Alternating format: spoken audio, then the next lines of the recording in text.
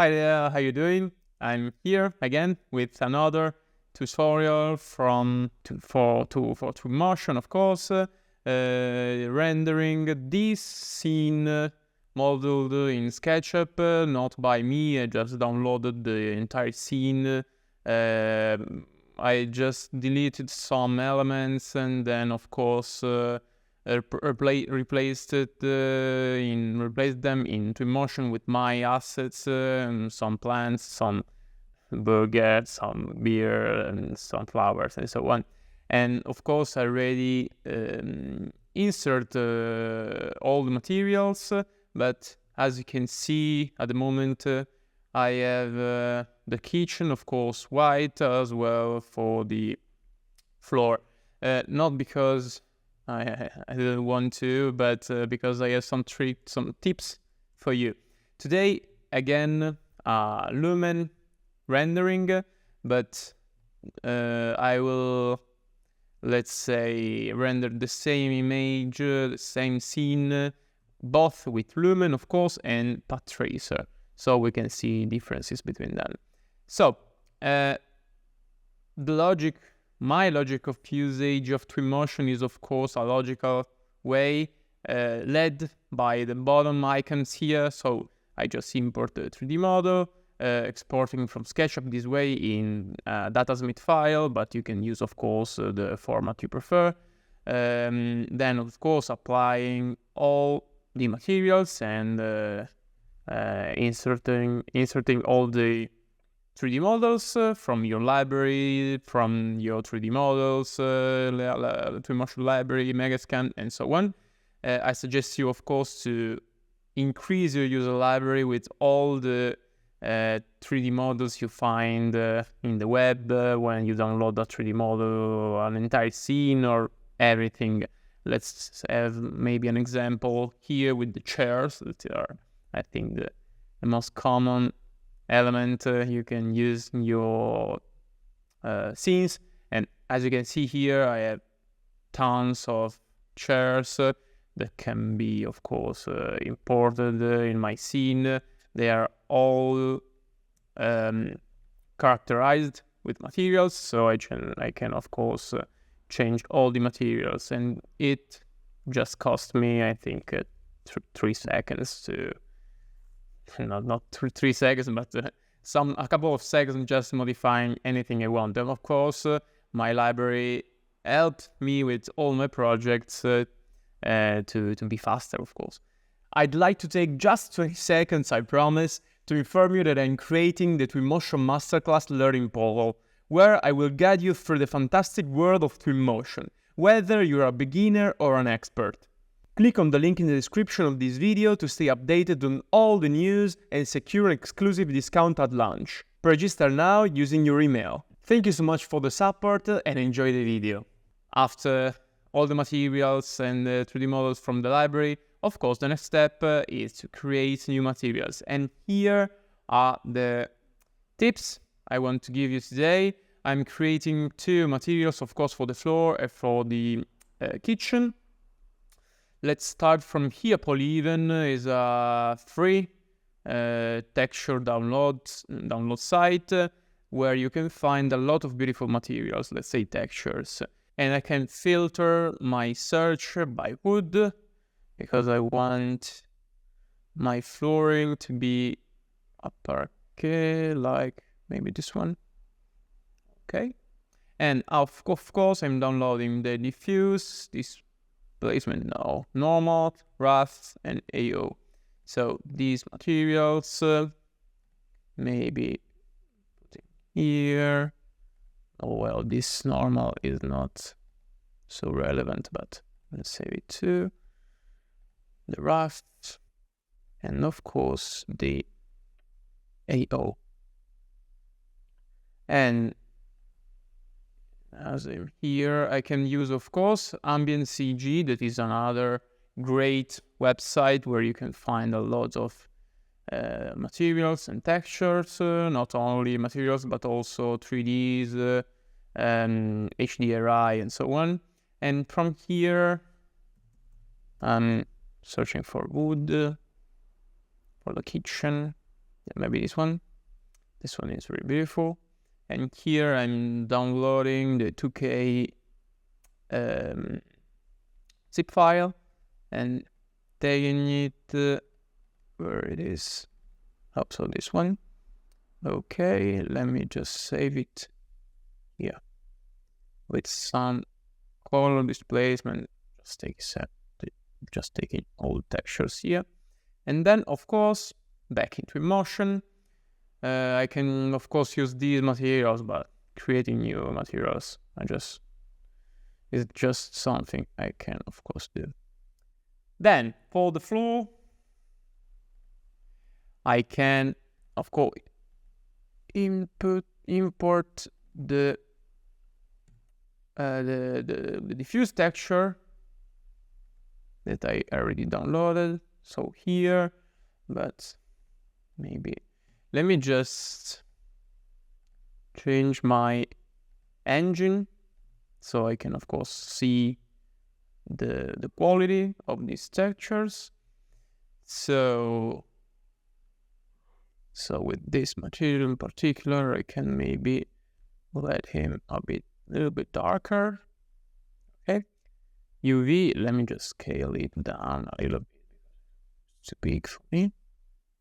Yeah, something like that. Some rough. And then of course, with this rough texture. So this one, okay, perfect. I can see better the veins, Venice, or other details. Metallic, nothing. Normal, of course. Well, this normal, as I said before, is not so influenced or relevant, so I'm not seeing a lot of differences, but let's put it here. For the displacement, nothing, and for the ambient occlusion, of course, with this new version, it's really important to use your AO texture to increase. I already made a video about it, but you will increase, as you can see under the table, how the shading is changing while I, of course, change this value. Let's put, for the moment, 5 as a maximum value, so you can, of course, see all the details coming from this particular texture. So 5 and 0 is a big difference. So maybe 3 is okay. And this, of course, is the flooring material. And I suggest you, as every new materials and every new 3D models, to, of course, rename it Parquet. It's okay this way. And then add to user library, always. So the next time, this material will be ready, of course. Then for the kitchen, I'm doing the same exact thing here. For this kitchen, I'm using the texture I already downloaded from the website. This texture, okay, but I really don't like it this way. Maybe just rotate it 90 degrees. Okay, I think it's perfect. Okay, what is this material? So dark. Let me just change it up a bit. Don't use for the black 000 RGB. Maybe some 20, 25, because 000 it's too black. So let's back to our wood material, and of course for the roughness, I'm using the rough texture with some high intensity. Then of course the normal, and here the normal I think will have a bigger impact than before. Yeah, a little bit, let's say. Here the parallax is not important, but the ambient occlusion of course is. But here I can't see the ambient occlusion texture. Let me just check if I missed. Oh no, I can't see the ambient occlusion texture, but this is not a problem because I'm using normal map generator line to create the ambient occlusion texture I need. So from here, I'm taking this one, set here, and bring the ambient occlusion texture. Yeah, something like that. Okay. And of course, I'm taking my ambient occlusion texture from the downloads, and then here I can use it. Okay, it's really different now. Oh, as you can see, the shading are better. The shaders, yeah, are really better now. Is this material? Oh, it's the top. Well, but I don't like it. So let me just change material with this, with this, with this, and with this. Okay. So let me just stay here. Okay, now the scene is perfect. And then of course I can move to the media and creating the image. So for this image, I can of course set the format, but full HD is okay for me. The camera, I always activate the composition overlay only to maybe have a perfect centered scene. Yeah. And then I'm taking my lens to, well, 35. Yeah, 35 I think is a good value for the focal length. Yeah, something like that. Okay. Yeah, maybe this way. And of course, the parallelism. So all the lines are perfectly vertical. And I think the scene is wide. Okay, I'm just looking at this lamp. So media and update it. For the vignetting, I think I always put 60%. Sharpness 20, and because the sharpness helps you with your normal ambient occlusion and all the textures. It's a really good tool to be used. Chromatic aberration, maybe 2 or 3, or better results. And let me just take the composition overlay down. So now something about the lights. I'm using an environment, an HDRI, and I will take from the Twinmotion library, cloudy morning, afternoon is okay. Of course, if you use, let's say, sky like this one, your sun, your light will be, of course, bright, will be clean, will be, yeah, let's say yellow, or from yellow to white, of course. But if you take maybe something like that, your sun, your light will be darker. So the lights you will have in your scene depends on the sky you will choose. Okay. So from this example, I can take maybe this one. Okay, I'm rotating it. Yeah, I don't want something. Yeah, maybe something like that. Okay. So for the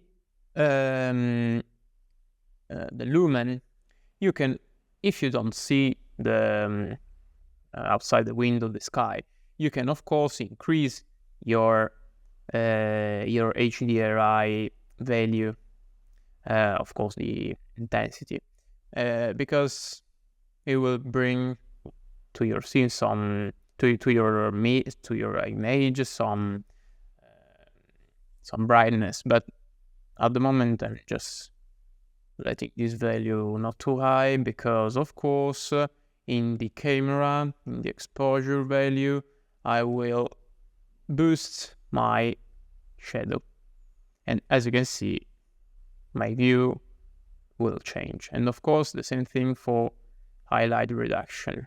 As you can see, higher value means lower burned image. And for maybe something about the exposure, yeah, not so big, yeah, 1.55. White balance, 7K, 6K. Well, 6K is okay. And for the camera, I think, oh no, it's enough. And for the natural lighting, I can of course increase the ambient and up to its maximum. So ambient will help you having a brighter interior light, and here maybe some reflections, of course, to its maximum. And about the sun intensity, I will take it maybe to a lower value, only because I don't like this yellow sun coming inside my scene. So maybe 10, 5, 1, or 1, maybe 3, maybe 4. Okay. Yeah, maybe 4, and then of course I can increase my, yeah, maybe something like that. Yeah, at the moment the scene, I think it's okay. Maybe just this wood color should be, I think, darker, like this. Oh no.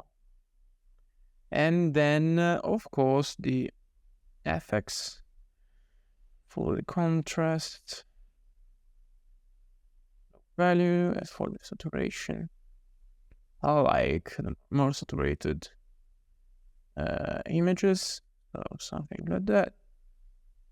And that's it for the basic environment settings.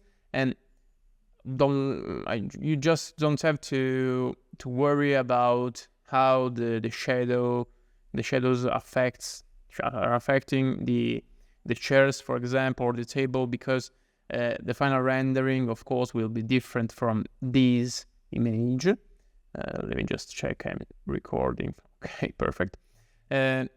Something I always teach to my classes is that your scene has to perfectly work without artificial light. Of course, if you're rendering a day scene.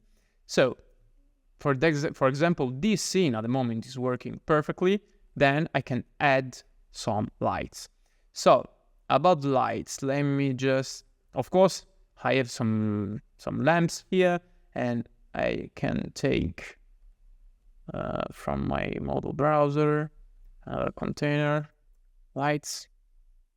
I don't remember if this is an emissive light. Yeah, emissive material. Oh yeah, 1 unit, okay. Oops. Okay, and then of course I'm putting some lights. This one, sure. This light here.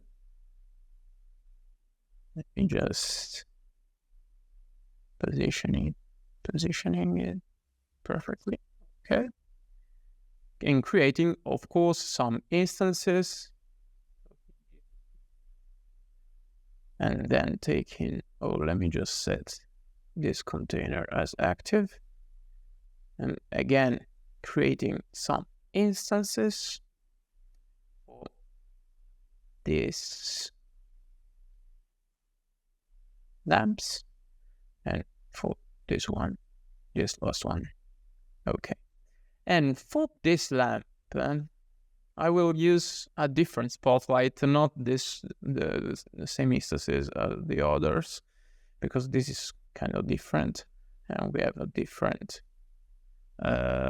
cone, let's say. So I don't know what kind of light I can take, but maybe this way and put it here. Okay. So for the lights here, of course, as always, shadows, temperature, and of course the intensity. 300 is value, and cone angle, let's say something like that is okay. And for this one, same thing. So shadow, cone angle, it's okay. Color, color, of course, 6.5K. Intensity, 5.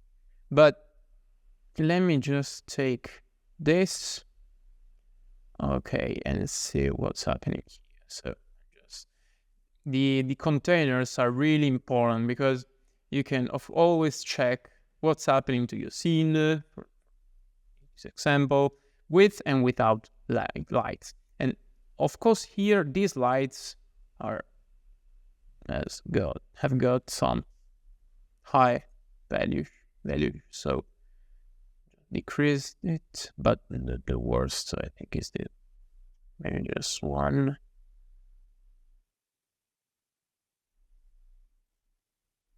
Yeah, 1, it's okay. Let me just try it again.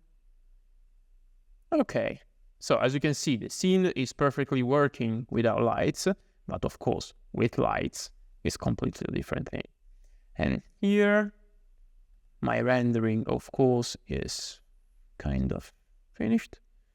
Last thing I want to do is, of course, maximize the quality and the bounce count.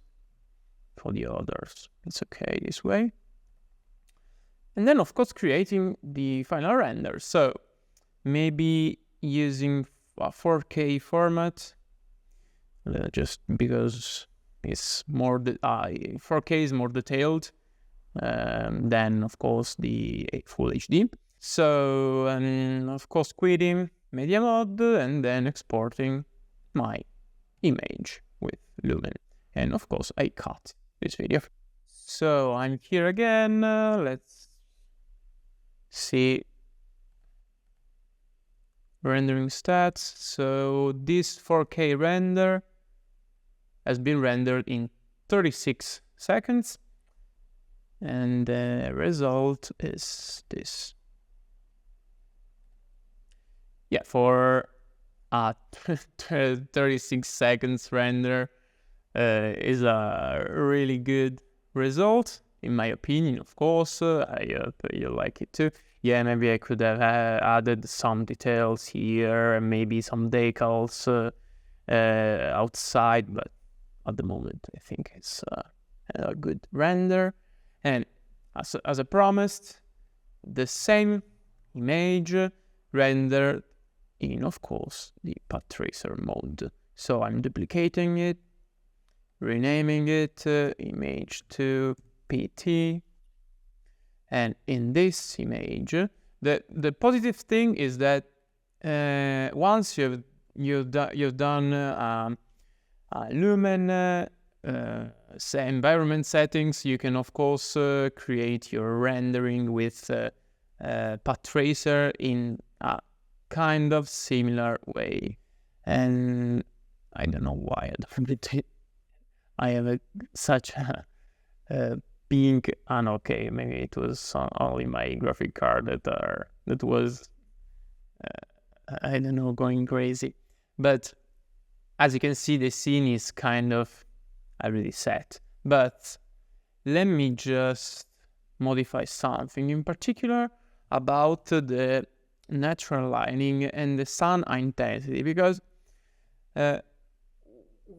especially with the path tracer, if you already have an HDRI, your sun intensity is not okay. You already modified it, but as you can see, the sun is already entering the scene through the window. So the sun intensity is not important to be 2, 3, 4, 5 or other values different than 0, because path tracer, of course, is calculating all the lights.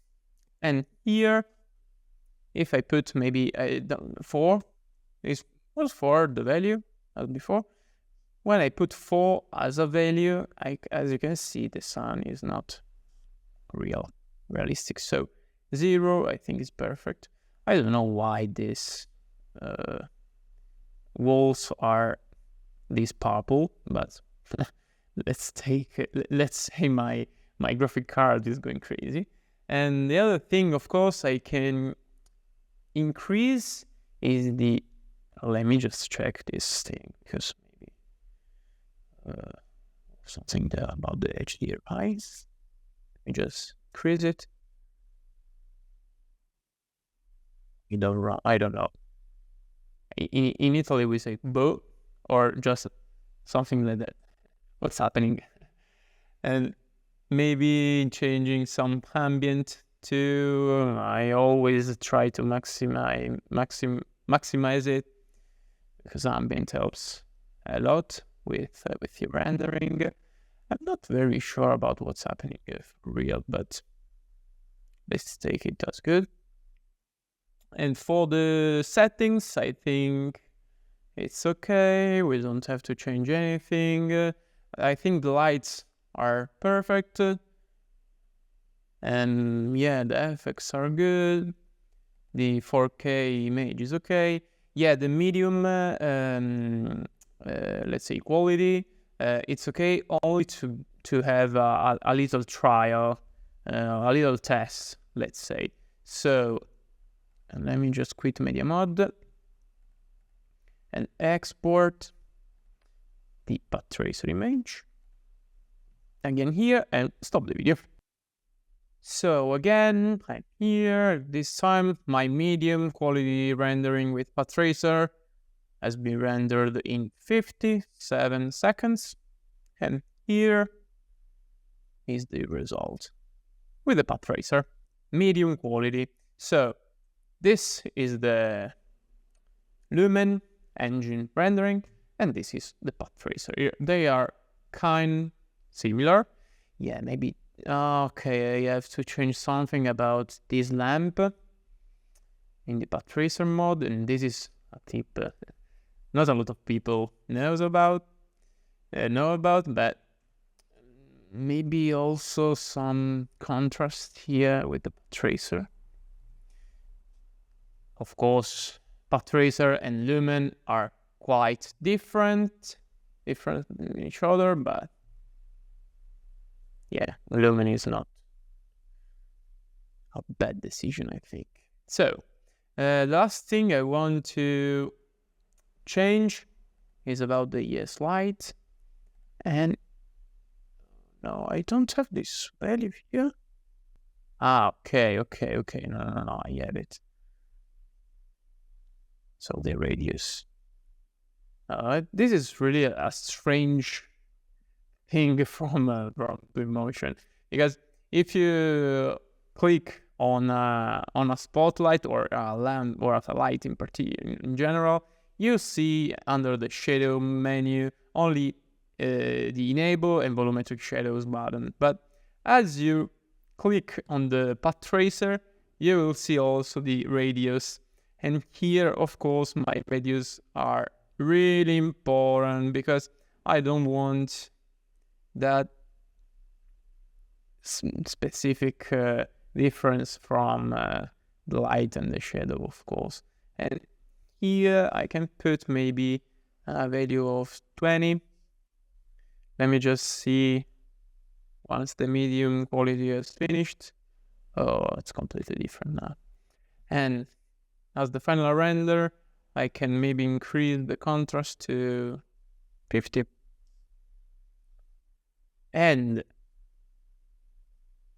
the last thing, of course, is creating a final render with 1024 And this is for me the minimum. No, not the minimum. The minimum for me is 12 samples per pixel. But if you want to have a really good detailed rendering, you have to put this value, and maybe some bounces, 15. So I, of course, rendering this without you to wait for me, and I thank you for joining me in this journey with the Lumen and the Path Tracer rendering modes. Of course, comment, ask me anything you want about if you have some topics to be explored. Let me know, of course, in the comments. Just put a like on this video to help me with the algorithm, and see you in the next video. Ciao!